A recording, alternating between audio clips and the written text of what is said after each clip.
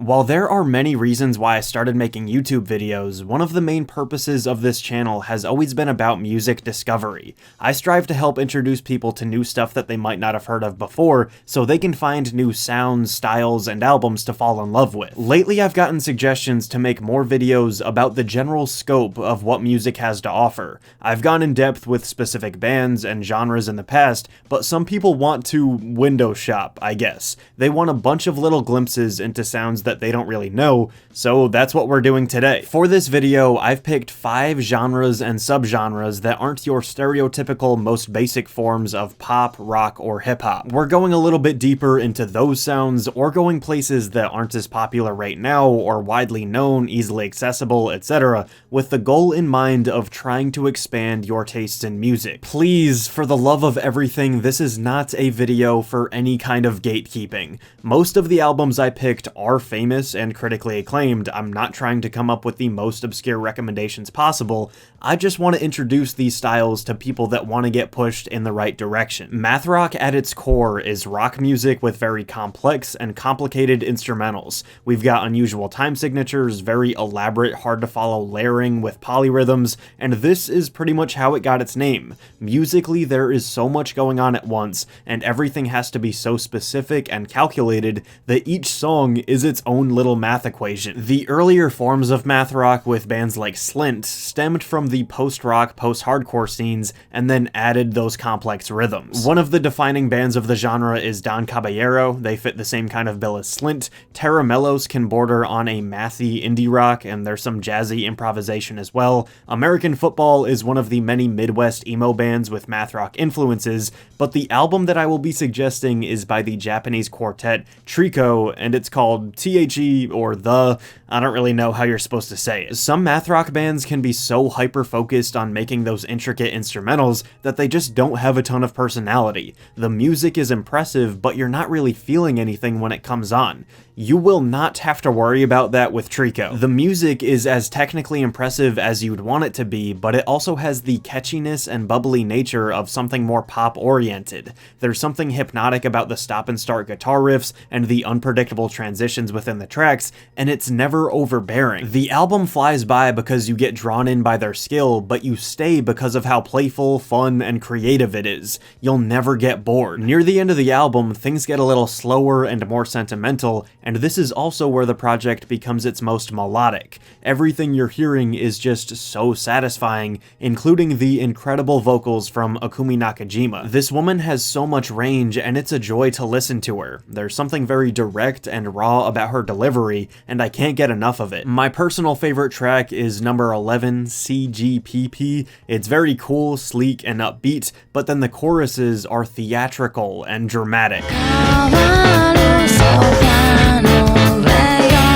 Experimental hip-hop is hip-hop, but, you know, experimental. Most of the time, this umbrella term is used for rappers with unique beats and instrumentals rather than somebody who's writing out of the ordinary lyrics, which would be more abstract or alternative hip-hop. But I mean, typically those who use eclectic beats are probably writing lyrics that might seem unusual too. An album can fall under both trees, but it's possible for a project to be one and not the other. While there have been people going outside the bounds of what people expect from hip-hop since the dawn of the genre itself, I think this subgenre is currently in somewhat of a golden age. With musicians like Death Grips, JPEG Mafia, Earl Sweatshirt, and even Kanye from time to time, there's never been a period where weird, unorthodox sounds are so popular and critically acclaimed within the hip-hop landscape. I'm talking influences of heavy metal, industrial, a lot of glitchiness, maybe some ambient, all stuff that you wouldn't really hear playing in clubs or on the radio,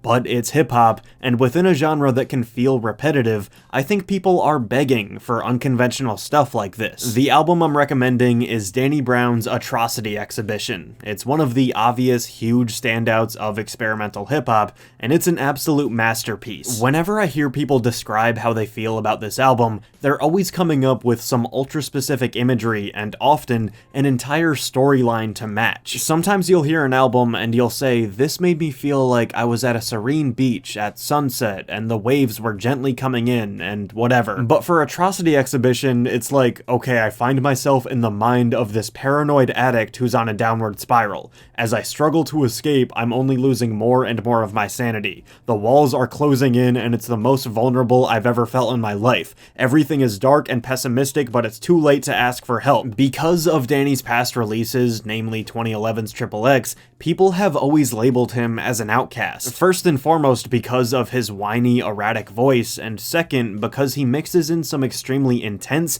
disturbing subject matter with the funniest things you'll ever hear from a musician. On XXX and Old, Danny's beats were different, but they weren't anything like this. The general feel of hardcore influences are here on Atrocity Exhibition, but they're turned up to 1000, mixed in with chaotic industrial stuff too, and it's a truly maniacal joyride from start to finish. I can't recommend it enough. My favorite track is the incomparable Ain't It Funny that you just need to hear for yourself.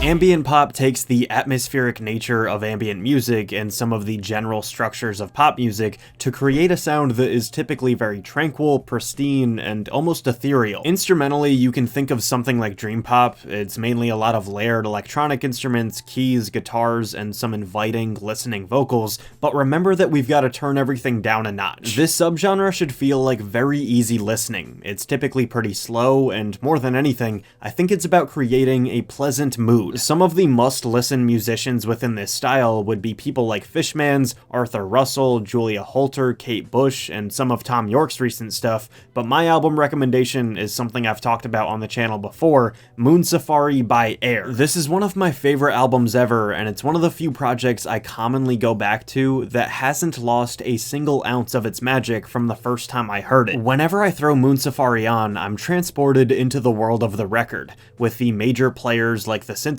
vocoders, and drum machines, all the way down to the wind chimes, xylophones, and tambourines. Every single sound from front to back has its place and plays a part in creating this world. Remove any piece from this down-tempo ambient pop dream and the vibe would not be the same. The enticing grooves of Sexy Boy, the warm, delicate feelings of All I Need, Remember is one of those pieces of art that somehow feels nostalgic and futuristic. Trust me, throw this on and go on a nice little walk. It'll be enchanting. While it's tough to pick just one song, New Star in the Sky is so special and it means a lot to me. Jazz rock is pretty self-explanatory. Rock music with some jazz instruments and influences stemming from the 1960s where we saw rock and roll start to get a little bit more improvisational. The sort of definitive, authentic, original jazz rock would be stuff like Frank Zappa, Mothers of Invention, Soft Machine, and maybe some stuff that leans more to jazz than rock like Miles Davis, but for this category, I want to take things a step further and add one more dimension. Pop. When you have rock with jazz influences and the structures of pop music, you get bands like the one and only Steely Dan, and I'm gonna go with the clear choice and suggest their album Asia. This is one of the best examples of 10 out of 10 perfect production on any album in history. The attention to detail for each individual instrument is astounding, and they deserve all the praise they get for their flawless recording processes. It's funny that even though I think every song on here can stand on its own, I never really find myself talking about them in that way. With something like Moon Safari, you want to go from start to finish because it's a journey. It almost feels like you're the main character in a movie that Air was creating. You would be doing it a disservice by skipping around. But with Asia, I want to go from top to bottom simply because it's just that good. I think that within every generation, there's a pop album that feels quintessential, not because it's super complex or emotionally draining, it's that a band or musician takes sounds that were popular at the time, they make a collection of enjoyable, straightforward tracks,